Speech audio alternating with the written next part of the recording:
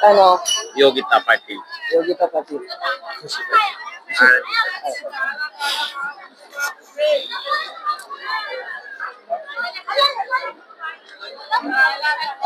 तर आपण आज आळंदीमध्ये बऱ्याच माऊली भक्तांना भेटलेलो आहे. माऊली भक्तांसोबत सोबत एक समाजाचा हिस्सा म्हणून मानल्या जाणारे आपल्या समाजाचा एक हिस्सा जे आपण तृतीयपंथी म्हणतो, तर त्यामध्ये योगिता पाटील हे जे आहे यांच्याशी आपण बोलतोय. ते योगिता पाटील, तुम्ही आतापर्यंत माऊली भक्त आलेत, तर तुम्ही त्यांची काही सेवा करताय तुमच्याकडनं होते? हा, आम्ही केळं वगैरे वाटतो माऊली भक्तांसाठी.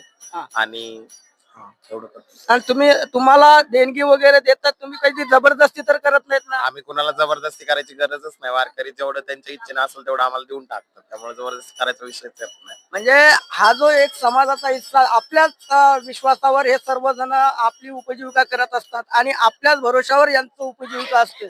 तर महाराष्ट्रातील तमाम जे माऊली भक्त आहेत त्यांना सढळ हाताने द्यायचं, आपल्या समाजाचा ते हिस्सा आहे.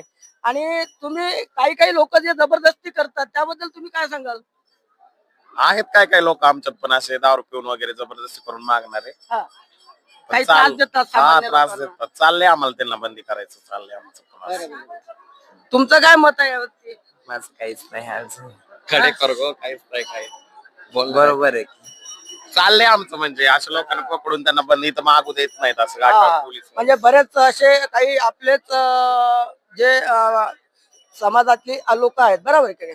त्यांना एक त्रास देणे किंवा बाहेर गावून येणारे जे माऊली भक्त आहेत त्यांना त्रास देणे आणि त्या त्रासातून त्यांना पैशाची मागणी करणे वगैरे असे काही कृत्य आहे, हे तुम्ही बंद करणार आहात तुमच्या? हा, मग आम्ही पोलीस इथल्या म्हणजे लोकल पोलिसांच्या कॉन्टॅक्ट मध्ये आहेत.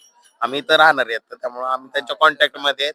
आणि ते असं बाहेरचे वगैरे आलेला आम्हाला कॉल करतात. सगळं व्यवस्थित, म्हणजे त्यांना व्यवस्थित घालवतात वगैरे. ओके. तर योगिता ताई पाटीलशी बोलून आज खूप छान वाटलं आणि परिवर्तन न्यूज 24 मध्ये तुम्ही आलात त्याबद्दल तुमचं धन्यवाद आणि चांगल्या पद्धतीने तुम्ही बाईट दिली. थँक्यू.